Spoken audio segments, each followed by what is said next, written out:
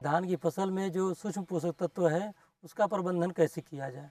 तो सूक्ष्म पोषक तत्व को पहले तो आपको जानना होगा कि इसकी कमी कहाँ से इसके लक्षण कैसे दिखाई देते हैं। तो आप कोशिश ज़्यादातर दिखाई देता है जो ऊपर की पत्तियां हैं, जो आपके जो धान के खेत में देखते हैं ऊपर की पत्तियां, ये आपका अगर आयरन की कमी है तो सफ़ेद हो जाता है, जैसे मक्का में भी और धान दोनों में। अगर जिंक की कमी है तो ये ऊपर ही पत्तियों में दिखाई देंगे सब, जैसे लाल पड़ के धीरे धीरे हो जलने लगे, बर्न होता है और चला जाता है। मैग्नीज के भी यही है। तो मेजर ये तीन है, जो जिंक है, बोरान है और उसके आयरन है, और चौथा है मैग्नीज। ये चार पोषक तत्व जो सूक्ष्म है ये चारों धान में दिखाई देते हैं। लेकिन ज़्यादातर किसानों के खेत में हम लोग देखते हैं जिंक की समस्या आती है, तो जिंक के लिए हम लोग जिंक सल्फेट का प्रयोग करते हैं।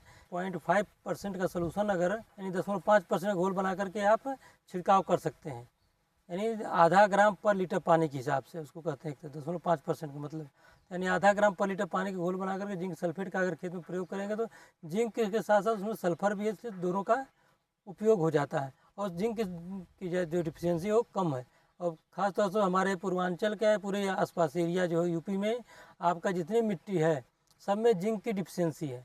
तो इसलिए हम लोग धान के खेत में तुरंत दिखाए, क्योंकि ये धान की फसल हमें जिंक के लिए तुरंत वो बता देते हैं कि ये ससेप्टेबल है, कि जिंक की कमी या इस फसल में हमारे शो करने लगता है। तो इसलिए हम लोग जिंक का बुआई के समय भी अगर देते हैं तो 25 kg, अगर आप खड़ी फसल में देना चाहते हैं तो 0.5% बनाइए, या 5 kg का पूरा स्प्रे कर सकते हैं पूरे खेत में।